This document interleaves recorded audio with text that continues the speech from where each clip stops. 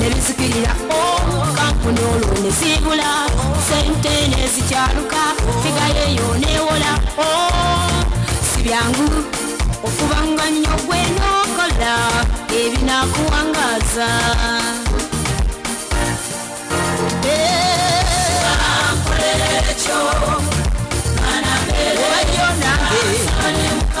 Hallelujah.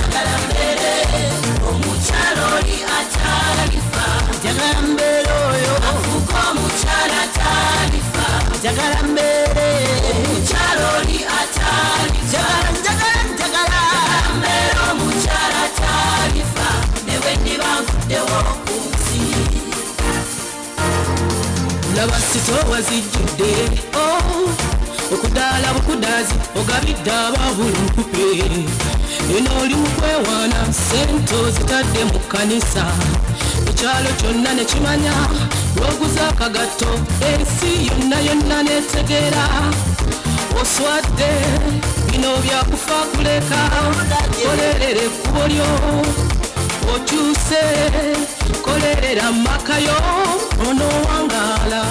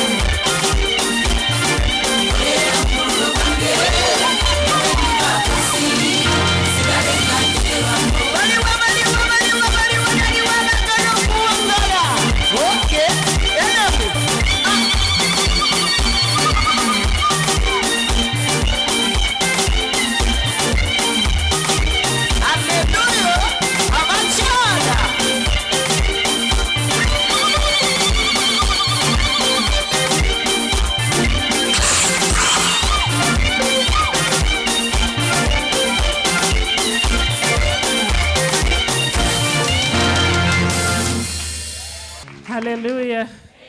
Mukama yebasiwe. Praise the Lord. Mukama mulungi. Excella chonna. Amen. I've done it well, right? Amen. Praise the Lord. I greet you in the name of our Lord Jesus Christ. mbalamusizza mwenna mu linnya erya Yesu And I Kristo. thank God so much was enabled us to come for the prudent woman, the 8th chapter. Neebaza Katonda ffenna atuleese mu lukuŋŋaana lw'abakyala abeegendereza ab'omulundi God deserves the praise. Katonda yasaanidde ettendo Put our lyonna. hands together for the Holy Spirit. Tugatte engalo zaffe tuzikubire omwoyo omutukuvu. Amen. Njagala kussaamu ekitiibwa omukyala wa Katonda. It's very hard for me to have a best friend. Kizibu nnyo nze okuba ne mukwano gwange nfanfe. It's my nature. I'm so reserved. Enkula yange eri nti njagala nnyo okubaako bye neesigaliza. I'm such a private person. Ndi muntu eyeekuumira As ebyange. much as God has put me in front line, but I love my private life. Newankubadde Katonda antadde wali we zinyookera naye nnyumirwa nnyo obulamu obwange nga By the time mbutambuza nga I nze. call you my best Naye friend, we nkuyitira mukwano gwange asinga bonna. you are proved beyond doubt. Oba weekakasizza awatali So I kyakubuusabuusa. want us, as we are standing, Kati nga tukyayimiridde, to honor this special woman in my life. omukyala ono ow'enjawulo mu bulamu bwange tumusseemu ekitiibwa. It was a divine connection. Eno yali connection ya We bwakatonda. met in Canada Twasisinkana Canada, and in Toronto. nali ngenze e Toronto. We had gone to minister with my bishop. Twali tugenze kuweereza wamu ne bishopu wange. And then here I am, I met Pastor Rose Kassim. Munnange bwe ntyo ne nsisinkana musumba Rose Kazibwe. This woman of God loved me. Omukyala wa Katonda ono I was still a ng'ayanjagala. Mogole by then. Nali nkyali mugole mu biseera ebyo. And that time I was too reserved. Ebiseera ebyo nga nsirika nnyo. It was so hard to get any word from my Nga mouth. kizibu nnyo nze okunzigyamu ekigambo. But Pastor Rose did all her best. Naye Pastor Rose yakola kyonna kye yali asobola. And we became best friends. Ne tufuuka ab'emikwano She's abasingayo. a powerhouse. Oyo lyanyi ly'amaanyi. She's an anointed woman of God. Mukyala wa Katonda ajjudde amafuta. Very beautiful outside and inside. Mulungi nnyo munda n'ebweru. Carry the Spirit of God. Alina omwoyo wa A Katonda. true friend. Mukwano gwange Very omutuufu. dependable. Yeesigamikako. She has a ways of bringing something inside of you. Alina engeri gy'akuleetera ekintu n'akiggyayo mu ggwe.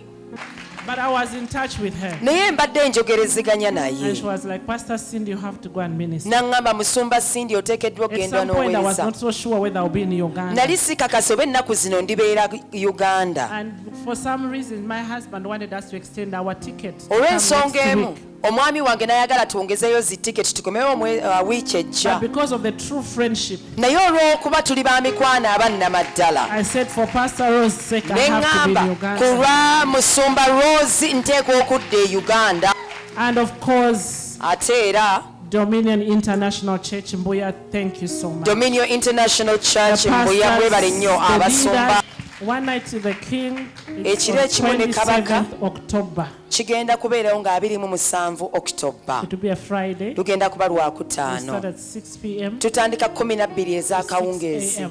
ne tutuusa paka 12 This is not ez'okumakya. for Christianity Focus Center women. The difference Luno olunaku only. si lwa Christianity Focus Center abakyala ab'enjawulo It's for bokka, all the women who love to pray. wabula lwa abakyala ffenna abaagala okusaba. A praying woman is a winning woman. Omukyala asaba abeera mukyala muwanguzi. The knees of a praying woman might not be beautiful, Amaviivi g'omukyala asaba gayinza okuba tegalabika but be bulungi. rest assured, Naye gwe kakasa kino, the life of a praying woman obulamu bw'omukyala asaba is beautiful. bubeera bulungi. A testimony life. Bubeera bulamu bujjudde bujulizi. I am not saying this to you because I read it somewhere. Bino sibibagamba kubanga nina gye nabisoma. It is the life I live. Wabula bwe bulamu bwe I ntambuliramu. have seen God. Ndabye I Katonda. have tasted the goodness of God. Ndabye ku kisa kya Katonda, ku bulungi bwa Katonda olw'essaala. Nothing has made me, Teri kinfudde kyendi, but prayer has made me. okuggyako essaala yenfudde kyendi. I invite you, Mbaaniriza, come let's pray. mujje tusabe. You will see God. Mujja kulaba Katonda. Amen. Amiina. On 27th October 27 at Oktoba Christianity Focus ku Center. Christianity Focus And we're Center, saying LC1 Chiganda Zone. LC1 Kiganda Zone. I want to take this opportunity to appreciate my bishop, njagala okutwala omukisa guno okusiima ennyo bishopu my man wange, of God, omusajja katonda gye ndi, my pastor, omusumba my wange, mentor, oyo my andeze, life coach, oyo ampabula mu by'obulamu, and my best friend. era mukwano gwange For allowing nfanfe, me to stand here, olw'okuŋŋanya okuyimirira for allowing wano, me to come, n'okunzikiriza for allowing me okujja, to serve my generation, n'olw'okunzikiriza okuweereza omulembe for allowing me gwange, to stand on these shoulders, okunzikiriza okuyimirira ku bigabega bye, and for the world to see me. ensi esobole okundaba. He is such a secure man. Musajja yeekakasa kyali mugumu, It's only secure men omusajja omugumu yekka who believe in their wives, yakkiririza mu mukyala who we supports their wives, era yawagira ennyo mukyala and we, who allows their wives to shine yakkiriza mukyala we okwakaayakana without being intimidated. nga talina kimutiisizza. Allow me to celebrate Bishop Dr. D.L. Kiganda. Put your hands together and Munzikirize celebrate tujaguze Bishop D.L. Kiganda, Salongo by the grace of God. Ssaalongo olw'ekisa kya Katonda. Amen. Amiina. Hallelujah. Amina. We thank God so much for this Twebaza nnyo conference. Katonda olw'olukuŋŋaana luno, Greater grace. ekisa ekisukkulumye. I want you to know that the person standing in front of you Njagala omanye nti ono omuntu ayimiridde mu maaso go is a woman that have seen the hand of God, ye mukazi alabye ekisa kya a Katonda, woman who has experienced the grace of God. ye mukazi aleze ku kisa kya If Katonda. it wasn't the grace of God, I wouldn't be here. Singa tekyali kisa kya Katonda nze sandibadde If it wano. wasn't the grace of God, I wouldn't have traveled and preached the way I'm doing now. Singa tekyali kisa kya Katonda sanditambudde ne So mbulya I nga bwe love nkola. the theme of this year Kati guno omutwe gw'olukuŋŋaana guno omwaka because that ngwagatte explains my life. kubanga gunnyonnyola obulamu The bwange, grace ekisa of God. kya Katonda. Amen. Amiina. The scripture has been given to us on John chapter 1 verse 16. Ekyawandiikibwa kituweereddwa mu njiri ya Yokaana essuula esooka olunyiriri lwa And 16. of his fullness have all we received, and grace for grace.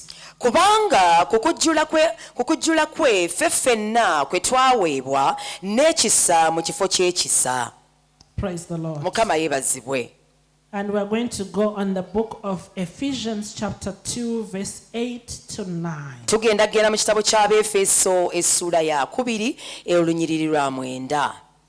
You allow me, we're going to have more scriptures. Munzikirize tugenda kusoma ku byawandiikibwa ebiwerako. Ephesians Abeefeso chapter 2 essuula ya 2 verse 8 to olunyiriri 9. lwa 8 n'olw'omwenda.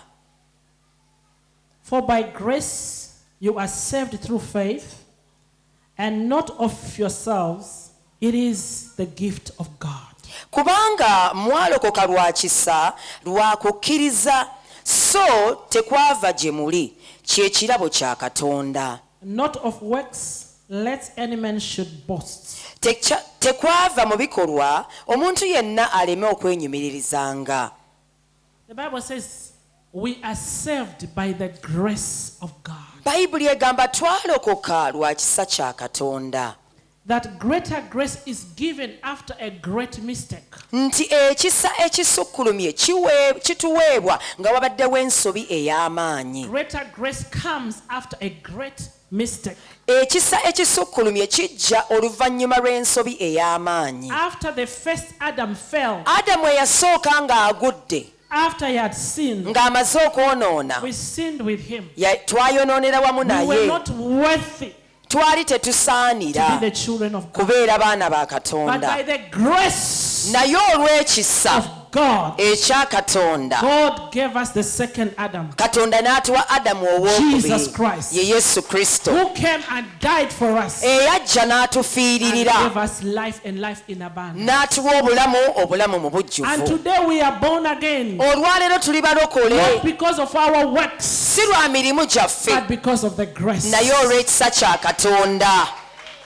Hallelujah. Amiina. Open the book of Acts chapter 4 verse 33. Tugende mu bikolwa by'abatume essuula 3. Acts chapter 4 verse 33. Bikolwa by'abatume essuula ya 4 lunyiriri lwa 33. Exactly, thank you. And with great power gave the apostles witness of the resurrection of the Lord Jesus, and great grace was upon them all. N'amaanyi mangi abatume ne boogeranga okutegeeza kwabwe okw'okuzuukira kwa Mukama waffe Yesu, n'ekisa kingi ne kibeeranga ku bo bonna. That with great power was upon the apostles, and a great grace was upon them. amaanyi mangi gaali wamu n'abatume n'ekisa ekisukkulumye kyali wamu nabo. God wants to put this great grace upon you and your family. Katonda ayagala ateeke kino ekisa ekisukkulumye ku bulamu bwo ne famire yo. God can transform you Katonda asobola okukyusiza ddala from your mistakes okuva mu nsobi zo by this great power. olw'amaanyi ge ag'amaanyi grace. ag'ekisa kye. Never allow the devil Toganyanga sitaani to make you continuously be in bondage because of your mistakes. okuleetera okutambuliranga mu busibe bulijjo olw'ensobi zo. What the devil does is he always uses our ignorance. Sitaani bulijjo ye kyakola akozesa butamanya bwaffe. The Bible says, my people perish. Bayibuli egamba abantu bange bazikirira. Why? Lwaki? Because of the lack of knowledge Olw'okubulwa okumanya and because of denying the knowledge. n'olw'okugaana okumanya. And which knowledge? Kumanya ki The kuno? word of God. Nga kye kigambo If kya you want to Katonda. know who you are, Bw'oba oyagala kumanya ki ky'oli Christ has done for you, ne Kristo ki kye yakolera, study the word of God. soma kigambo kya Katonda. The devil is so much tormenting the children of God Sitaani atulugunya nnyo abaana ba Katonda because we are ignorant of the word of God. kubanga tetumanyi kigambo kya Katonda. He reminds you of the mistake that you have done. Akujjukiza ensobi z'okoze. Pastor, what are you saying? Musumba ki Are ky'ogamba? you saying because of the grace we should sin continuously? Ogambye nti no olw'ekisa twongere kwonoona. And we should do whatever we want to do because of the grace? Tukole buli kye twagala olw'okuba ekisa weekiri. Not really. I'm not saying Si like kye njogedde that. ekyo. What I'm trying to say is Kyengezaako okugamba ki kino? get to understand Tegeera the grace that has been given to us. ekisa ekituweereddwa. And know what happens when you receive the grace. Omanye ki ekibaawo ng'oweereddwa When you ekisa. sin before God, Bw'oyonoona mu maaso ga go Katonda, before Him and repent. genda mu maaso ge When weenenye. you repent, Bwe weenenya, God is ready to forgive you. Katonda mwetegefu okukusonyiwa. Hallelujah. Amiina, Hallelujah. amiina. But the enemy Naye omulabe wants to use our mistakes ayagala kukozesa nsobi to zaffe put us and continuously put us in prison of bondage. agende ng'agenda mu maaso tuteekanga mu kkomera ly'obusibe bwe. Hear this. Wuliriza, Heaven makes you. eggulu likusisinkana. Hell hail you. Okay. Eggulu likufuula, eggeyeena ekuteeka wansi. Come on. Repeat it. Eggulu likufuula naye eggeyeena ekuteeka wansi. Great grace Ekisa ekisukkulumye comes after great mistakes. kijja oluvannyuma lw'okukola ensobi ez'amaanyi. Adam's mistake Ensobi ya Adamu brought revelation to God. yaleeta okubikkulirwa eri Katonda, That brought salvation to the mankind. okwaleeta obulokozi eri abantu. You might have made a mistake. Oyinza okuba wakola ensobi, You might have done something. oyinza okuba olina kye wasobya, But I want you to know that you are not a mistake. naye njagala okimanye nti gwe toli nsobi. Yes, you did a mistake. Weewaawo wakola But ensobi, you are not the mistake. naye gwe si gwe nsobi. You might have failed. Oyinza okuba walemererwa, But you are not a failure. naye toli muntu alemereddwa. You might be down. Oyinza okuba oli You are wansi, not meant to be down naye forever. tateekeddwa kubeera wansi ennaku zo To zonna. lift you up. Eky'okkuyimusa, Then your marriage. okukyusa obufumbo There bwo. is grace this afternoon. Waliwo ekisa Change olwaleero, your children. okukyusa abaana There is bo. grace this afternoon. Waliwo ekisa ettuntu lya Change your leero, ministry. okukyusa obuweereza bwo. What does the Bible say? Bayibuli eyogera etya? The Bible says in the book of Micah 7 verse 8. Bayibuli eyogera mu kitabo kya Mika ssuula 7 olunyiriri lwa 8. Hallelujah. Amiina. You might have done a mistake, Oyinza okuba wakola ensobi, but you are not a mistake. naye gwe toli nsobi. The grace is available. Ekisa weekiri, Come to the grace of God. jangu eri ekisa kya It will Katonda. change you. Kijja kukyusa, It will mold you. kijja kuwunda, It will give you a new life. kijja kuwa obulamu obupya.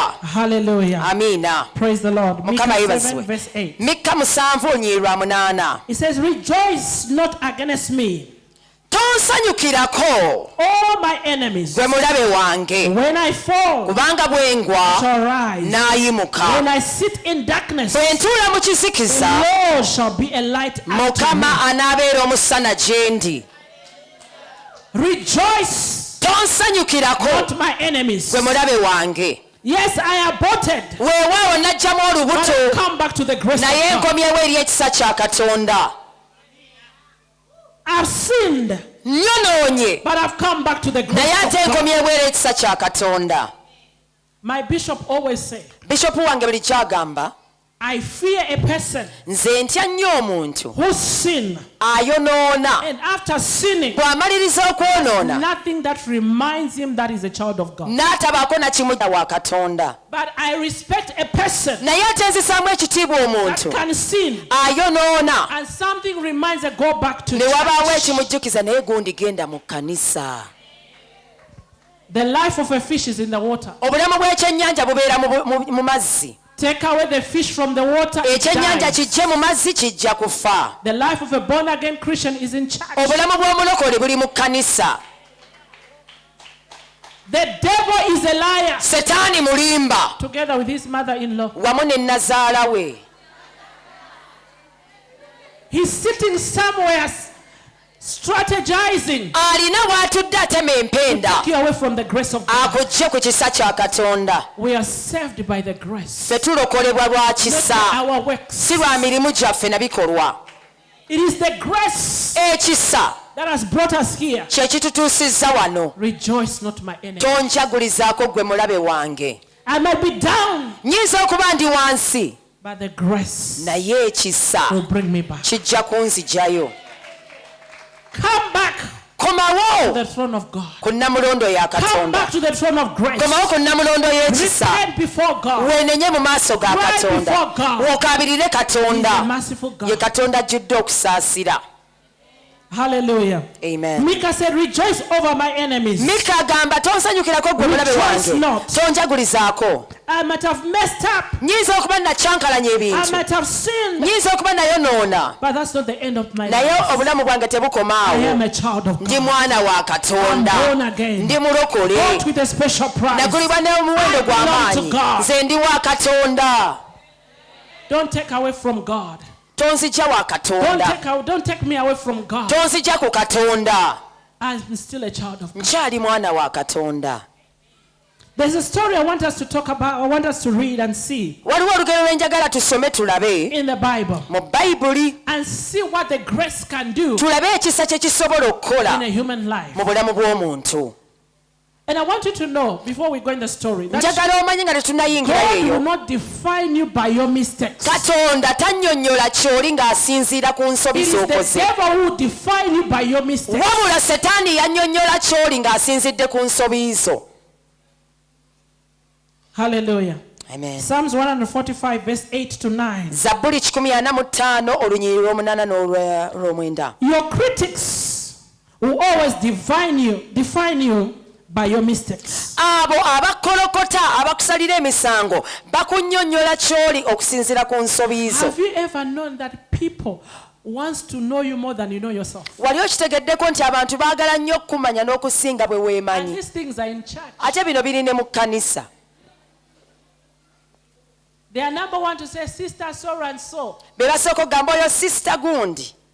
Last week she looked pregnant. Wiiki eyise yalabika nga ali olubuto. But I think she aborted. Alabika yaluggyeemu.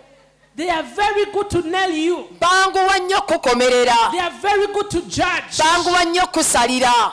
The way she's moving nowadays, Engeri gy'atambulamu ennaku zino something is not right. waliwo ekitali kituufu. They know you more than you know yourself. Bakumanyi n'okusinga bwe Tell your neighbor, weemanyi. you don't know me. Gamba akuliraanye tommanyi. Even Jesus will come when you are still to find who I am. Ne Yesu ajja kukomawo nga tonnategeera kyendi. You joke with the grace that is upon my life. Gw'osaagana ekisa ekiri ku bulamu bwange.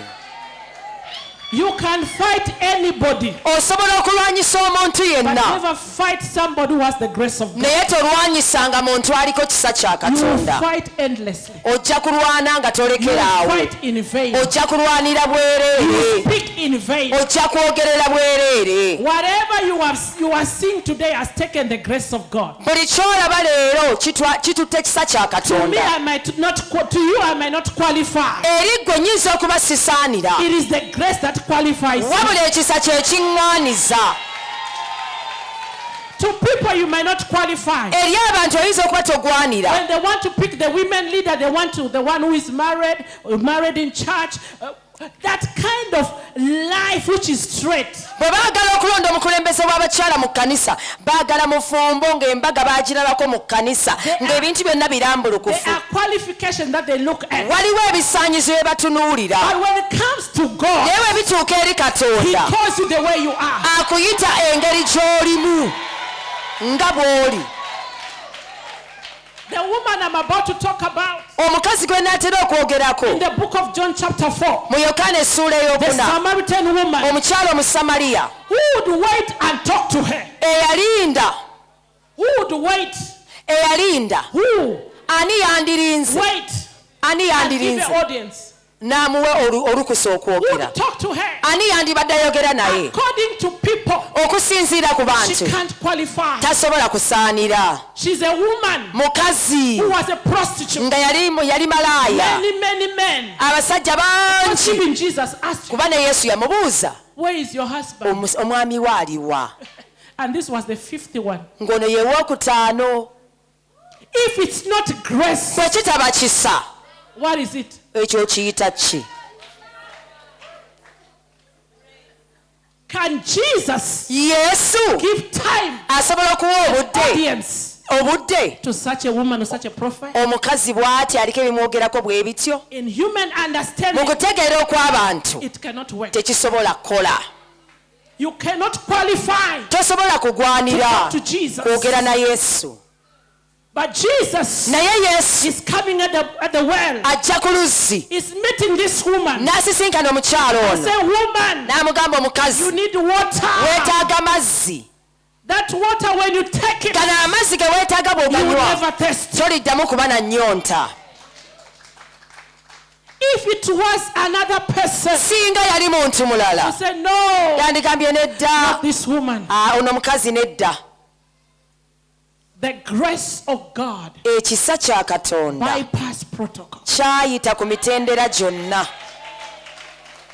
The grace of God Ekisa kya Katonda opens doors kiggulawo enzigi where no human being can open. omuntu yenna z'atasobola kuggula. The grace of God Ekisa kya Katonda fights kirungiya that which was meant to be ugly. ebibadde biteekeddwa okuba ebibi. The grace of God Ekisa kya brings Katonda the nobodies. kireeta abatalina linnya Somebody's. ne kibafuuka The abantu. grace of Ekisa God kya Katonda takes you to kikujja nations ne kikutwala mu you mawanga never thought about. gy'otalowoozangako. The grace of God Ekisa kya Katonda take you far. kisobola okutuusa Where ewala Father could not take you. taatawo gy'ataasobola kutwala. I'm in Uganda by the grace of God. Ndi mu Uganda lwa kisa kya Katonda. I'm not a Ugandan, Siri munnayuganda but I'm speaking to Uganda. naye njogera eri bannayuganda. I was in America preaching to white people, preaching in churches Mbadde mu Amerika nga mbulira eri abazungu mu by the makanisa grace of God. olw'ekisa kya Katonda. I have seen, I have experienced Ndeze the grace. ku kisa. The Samaritan woman, Omukazi Omusamaliya if it's not the grace, bwe kiba nga tekyali kisa, what made this woman ki ekyafuula omukazi ono to qualify the ekyagwanyisa omukazi audience ono of Jesus? mu maaso ga Yesu? She was not holy. Teyali mutuukirivu, She was not righteous. teyali mutukuvu, She was a sinner. yali mwonoonyi. And Jesus Yesu stopped n'ayimirira and ministered to her. n'aweereza eri omukazi I ono. love Jesus Njagala nnyo Yesu because he ministers kuba to the aweereza hurting world. eri ensi ejjodde obulumi. Jesus came to heal Yesu yajja kuwonya the brokenhearted. egyo emitima egimenyese. Jesus came to heal the sick. Yesu yajja kuwonya balwadde. Jesus came to love the unloved. Yesu yajja kwagala abatayagalika. I grew up in a family, Nakulira mu maka not from a Pentecostal background, nga si malokole, staunch Catholics. nga bakatuliki wawu. But by the grace, I'm preaching the gospel. Olw'ekisa mbuulira enjiri. Never underestimate yourself. Gwe teweenyoomanga. Jesus loves you. Yesu akwagala. He knows you Akumanyi. by your name. Amanyi n'erinnya lyo. Let's read about this woman. Katusome ku mukazi ono. I hope Sister Daphne, you're working on time. I gave you that assignment. John chapter 4. Yokaana essula ya 4. The Samaritan woman. Omukazi Omusamaliya. From verse 7. Okuva ku lunyiriri olw'omusanvu. There cometh a woman of Samaria. Because of time, read it for me. Kale katusome oluganda olw'obudde. Yokaana essula ey'okuna olunyiriri okuva ku lw'omusanvu. Omukazi Omusamaliya n'ajja okusena amazzi. Yesu n'amugamba nti, mpa nnywe. Kubanga abayigirizwa be baali bagenze mu kibuga okugula emmere. Olw'omwenda. Awo omukazi Omusamaliya n'amugamba nti, gwe Omuyudaaya, kiki ekikusabya okunywa eri nze omukazi Omusamaliya? Kubanga Abayudaaya nga tebatabagana na Basamaliya. Yesu n'amuddamu n'amugamba nti, singa obadde omanyi ekirabo kya Katonda, n'oyo akugamba nti mpa nnywe bw'ali, gwe wandimusabye naye yandikuwadde amazzi amalamu. Omukazi n'amugamba nti, ssebo, tolina kyakusenya n'oluzzi luwanvu, kale oggyawo amazzi ago amalamu. Olw'ekumi gwe oli mukulu okukira jjajjaffe Yakobo eyatuwa oluzzi luno, eyanywangamu ye n'abaana be n'ensolo ze. Yesu n'amuddamu n'amugamba nti, buli muntu yenna anywa amazzi gano ennyonta erimuluma nate, naye anywa amazzi ago nze gemuwa ennyonta terimulumira ddala emirembe gyonna, naye amazzi gendimuwa ganaafuukanga munda mu ye ensulo y'amazzi nga gakulukuta okutuuka ku bulamu obutaggwaawo. Olw'ekumi omukazi n'amugamba nti, ssebo, mpa amazzi ago ennyonta ereme kunnumanga, n'okukoma nkome okutambulanga olugendo luno lwonna okusenanga. You stop at 29. Yes, I'm on 16 now. Okay. Yesu n'amugamba nti, genda oyite balo okomewo wano. Omukazi n'addamu n'amugamba nti, sirina baze. Yesu n'amugamba nti, oyogedde bulungi nti sirina baze. 18. Kubanga walina babalo 5, naye gw'olina kaakano si balo, ekyo ky'oyogedde mazima. Omukazi n'amugamba nti, ssebo, ndaba nti oli nnabbi. Bajjajjaffe baasinzizanga ku lusozi luno, nammwe mugamba nti Yerusaalemi ky'ekifo ekigwana okusinzizangamu. Yesu n'amugamba nti, omukyala, nzikiriza ekiseera kijja kye batalisinzizangamu kitaffe ku lusozi luno newankubadde mu Yerusaalemi. Mmwe musinza kye mutamanyi, ffe tusinza kye tumanyi, kubanga obulokozi buva Buyudaaya. Olw'23. Naye ekiseera kijja era kituuse abasinza amazima bwe banaasinzanga kitaffe mu mwoyo n'amazima, kubanga kitaffe anoonya abalinga abo okubeera ab'okumusinza. Katonda gwe mwoyo, n'abo abamusinza kibagwanira okumusinzanga mu mwoyo n'amazima. Omukazi n'amugamba nti, mmanyi nga Kristo ajja, gwe bayita eyafukibwako amafuta. Ye bw'alijja alitubuulira ebigambo byonna. Yesu n'amugamba nti, nze nzuuno ayogera naawe. Olw'27. Amangu ago abayigirizwa be bwe bajja ne beewuunya, kubanga abadde ayogera n'omukazi, naye tewali muntu eyamugamba nti, onoonya ki? Oba nti kiki ekikwogeza naye? Awo omukazi n'aleka ensuwa ye n'agenda mu kibuga n'abuulira abantu nti, mujje mulabe omuntu aŋŋambye bye nakolanga byonna, ayinza okuba nga ye Kristo. Talking about Omukazi gwe twogerako You even hear the disciples owulira n'abayigirizwa wondering why Jesus would talk to such a woman. beewuunya yesu lwaki ayogera n'omukazi bw'ati Because this woman's background is not pleasant. kubanga ebyafaayo by'omukazi ono tebisanyusa This woman's life story is not good. olugero lw'omukazi ono si lulungi This woman is not a person that can rub shoulders with Jesus. ono omukazi si ye mukazi eyandibadde aliraana Because yesu the world, there's what they know about her. kubanga mu nsi waliwo bye bamumanyiiko So they have already judged her kati baamala dda bo mmusalira that she cannot talk to nti yo Jesus.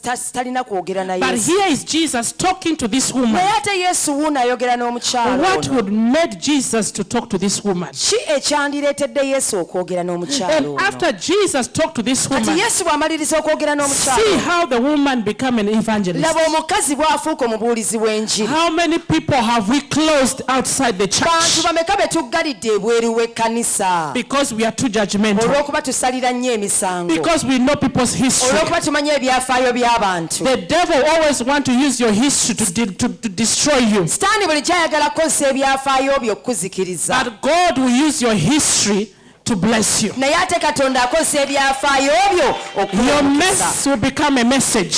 akavuyo ko kajja kufuuka bubaka The woman is going back in the city, omukazi addayo mu kibuga telling people, come and see ng'agamba abantu mujje the mulabe prophet, nabbi the man who has told me things concerning about me. omusajja ambuulidde byonna ebinkwatako But if it is the church today, naye singa yali kkanisa yali we would have closed this woman outside. yandibadde eggalira omukazi ono ebweru You don't qualify.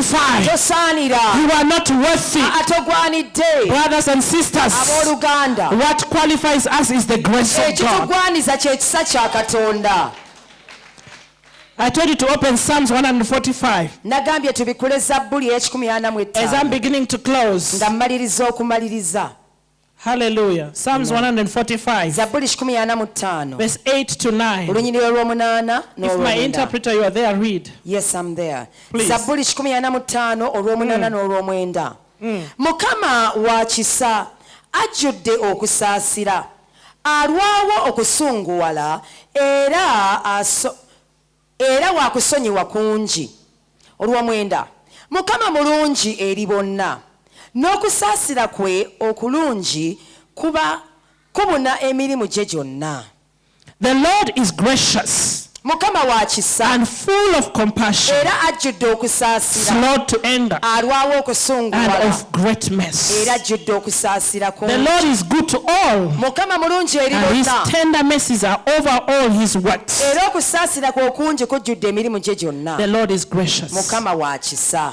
If it wasn't God, Singa teyali katonda we wouldn't be here. tetwandibadde wano. If it wasn't the grace of Singa God, tekyali kisa kya we katonda wouldn't be living. tetwandimukkiriza.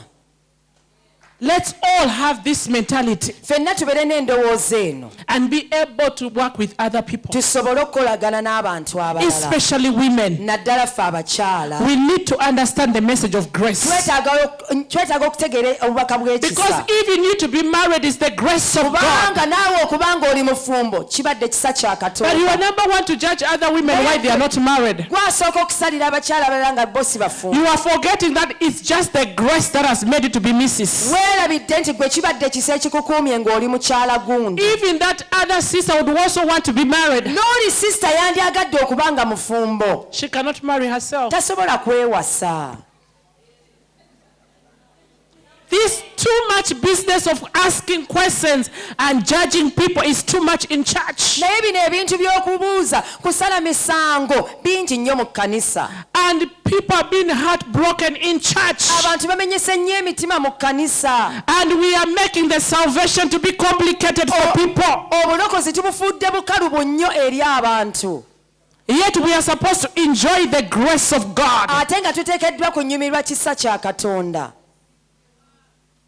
The Samaritan woman wouldn't be able to stand, omukazi omusamaliya teyandisobodde kuyimirira. wouldn't be able to go and preach if it wasn't the grace. teyandisobodde kusobola kubuulira njiri singa tekyali She kisa. was very unqualified, yali tagwanidde. but the grace qualified naye her. ate ekisa The kyamusanyiza. grace brought her in. ekisa She kyamuyingiza. became an evangelist n'afuuka omubuulizi we who went to preach the gospel. eyagenda ng'abuulira enjiri.